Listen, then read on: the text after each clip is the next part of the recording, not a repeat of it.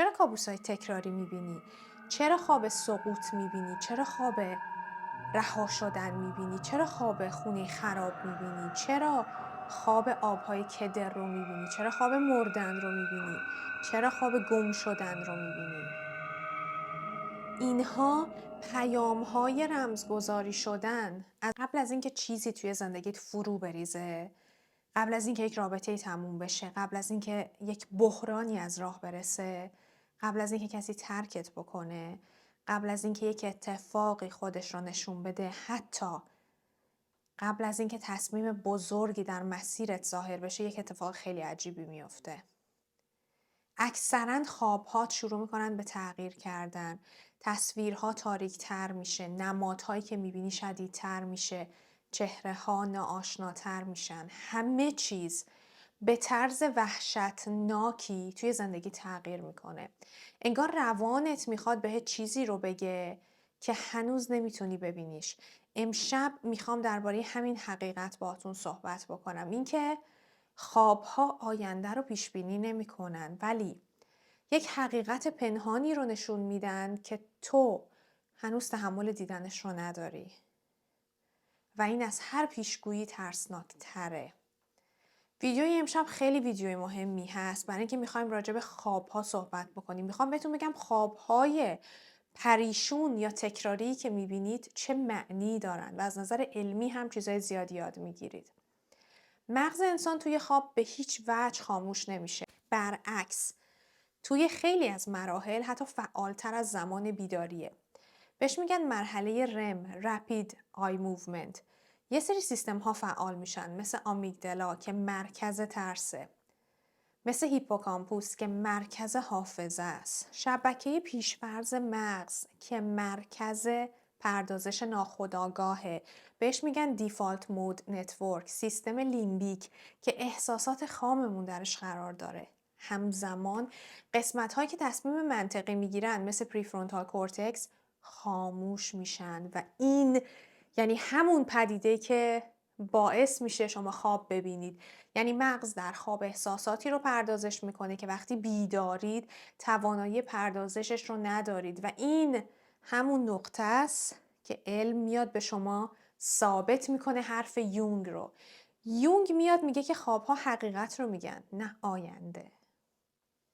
میگه خواب نامه‌ایه که ناخودآگاه برات مینویسه، اما تو با یک زبان دیگه‌ای میخونی. ببینید خوابها پیشگویی نیستن. خوابها گزارشن. یک وضعیت درونی تو رو گزارش میدن که ماه‌ها قبل از بیرون آشکار شدن اون وضعیت شما داخل خواب اون رو میبینید. وقتی فکر میکنید همه چی خوبه، خوابهاتون بعد دیگه رو بهتون نشون میدن. وقتی فکر میکنید که رابطتون سالمه، خوابها زوال رو میبینن. وقتی فکر میکنید در مسیر درستی هستید، خوابها تردید رو نشون میدن. وقتی فکر میکنید آدم قوی هستید، خوابها میان سایتون رو نشون میدن. و یونگ میگه خوابها آینده رو نمیگن، ولی بخشی از تو رو نشون میدن که تو نمیخوای ببینیش. همون بخشی که همیشه توی تاریکی مونده. سایه، زخم، ترس، گره‌های عاطفی، وابستگی‌ها، فروپاشی‌های نزدیک، تمایلات پنهان، تغییراتی که ازشون فرار میکنی. حالا ترسناکترین حقیقت خوابها چی میتونه باشه؟ بهش خوب گوش بدید. خوابها هیچ وقت دروغ نمیگن، ولی این تو هستی که حاضر نشدی معناشون رو ببینی. چرا کابوس‌های تکراری میبینی؟ چرا خواب سقوط میبینی؟ چرا خواب رها شدن میبینی؟ چرا خواب خونه خراب میبینی؟ چرا خواب آبهای کدر رو میبینی؟ چرا خواب مردن رو میبینی؟ چرا خواب گم شدن رو میبینی؟ اینها پیام‌های رمزگذاری شدن از آینده نمیان و اصلاً چیز عجیبی نیستن. اصلاً جادو و جنبل نیستن. اینا از درونتون میاد. روان انسان وقتی میبینه تو آماده حقیقت نیستی، هر اون چیزی که هست رو در قالب ترس بهت نشون میده. چرا ترس؟ خوب گوش بدید.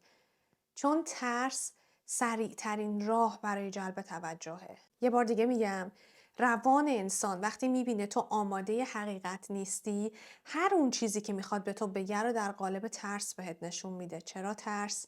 چون ترس سریع ترین راه برای جلب توجهه. این بخش رو خیلی خوب گوش بدید. ما چند تا خواب هشدار دهنده داریم بر اساس صحبت‌های یونگ، بر اساس پژوهش‌های مدرن روانشناسی خواب. من این بخش رو به این ویدیو اضافه کردم. اولین خواب سقوطه. خواب سقوط نماد از هم پاشیده شدن ستون‌های روانیه و معمولاً قبل از جدایی‌های عاطفی، ورشکستگی‌های مالی، تغییر مسیر بزرگ یا از دست دادن کنترل یک وضعیت اتفاق میفته.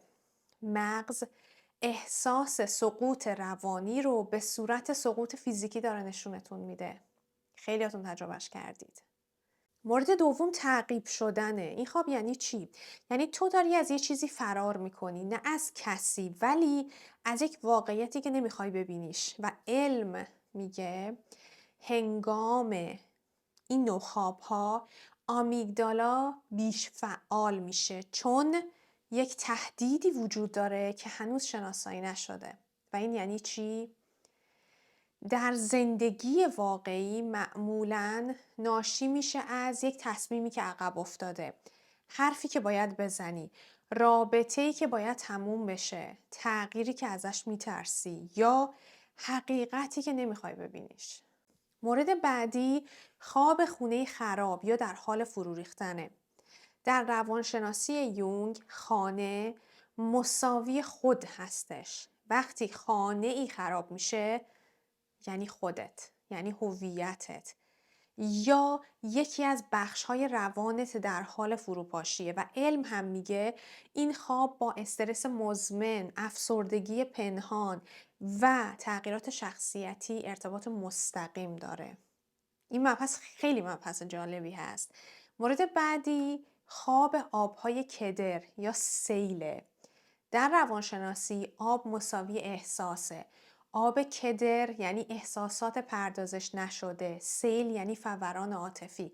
پس معمولاً قبل از انفجار عصبی، گریه‌های ناگهانی، جدایی احساسی، درگیری یا تغییرات شدید خلق و خویین اتفاق میافته. مورد بعدی مطمئنم خیلیاتون دیدید خواب مرگه و خیلی فکر میکنن که این خواب بدیه ولی اصلا اینطوری نیست. این خواب یعنی یک مرحله از زندگی تو در حال پایانه. ترسناکه؟ بله. ولی خیلی دقیقه. مغز واقعیت رو اینجوری نشونت میده که یک چیزی باید بمیره تا یک چیز دیگه زنده بشه و معمولاً قبل از تغییر مسیر، پایان رابطه یا شروع یک هویت جدید این اتفاق میفته. حالا بیایم ببینیم که نوروساینس چی میگه. خوابها چطوری از پیش میتونن یه سری چیزها رو توی زندگی ما تشخیص بدن. امروزه علم بر این باور داره که مغز انسان قادره به تغییرات محیطی، عاطفی و بین فردی رو هفته‌ها قبل از آگاهی خودآگاه ما تشخیص بده. در خواب 3 تا سیستم درگیر میشن. اولی لیمبیک سیستم هستش. چه سیستمیه؟ سیستمیه که احساسات خام رو پردازش میکنه. یعنی چی؟ اگر تغییری در رابطه، محیط و بدن باشه، لیمبیک زودتر از عقل اون رو میفهمه. دومی دیفالت مود نتورکه. شبکه‌ای برای پردازش خاطرات، ترس‌های پنهان و بحران‌های شکل نگرفته. این شبکه در خواب فعال میشه و سناریوی احتمالی آینده شما رو شبیه سازی میکنه. مورد بعدی هیپوکامپوسه. تمام خاطرات، نشانه ها و اتفاقات روزانه رو به شکل تصویرهای نمادین براتون بازسازی میکنه. پس نتیجه میشه چی؟ خوابها نقشه خام آینده نیستن، نقشه روان تو هستن قبل از اینکه واقعیت خودشو نشون بده. حالا شاید یه سوال مهم داشته باشید، اینکه چرا خوابها معمولاً اغراق میکنن؟ خیلی پیش اومده یه خوابی رو دیدید، وحشت کردید از دیدنش، بلند شدید، نشستید، قلبتون به شدت تند میزنه، بدنتون داغه، عرق کردید، زبونتون بند اومده و اصلا نمیدونید کجایید، گم شدید. این چی بود که من دیدم؟ چرا این اتفاق افتاد؟ چرا اینقدر اغراق‌آمیزه؟ یه دلیل علمی خیلی جالب داره. مغز برای اینکه یک پیامی رو به تو برسونه از شدت استفاده میکنه. چرا؟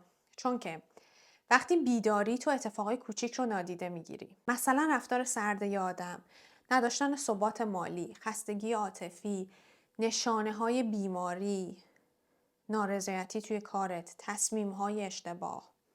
اما ناخودآگاهت هیچ کدوم از اینها رو نادیده نمیگیره. پس در خواب اغراق میکنه تا بالاخره توجه تو رو جلب بکنه.